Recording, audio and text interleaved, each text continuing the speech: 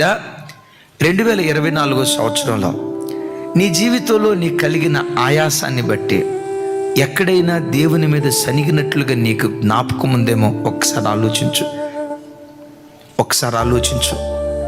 నువ్వు పొందుకున్న నష్టాన్ని బట్టి, కలిగిన ఓటమిని బట్టి, ఎదుర్కొన్న అనారోగ్యాన్ని బట్టి, జీవితంలో ఓడిపోయిన కొన్ని పరిస్థితులను బట్టి నేను ఇంత ప్రార్థన చేశా, దేవుడు నాకేమిచ్చాడు?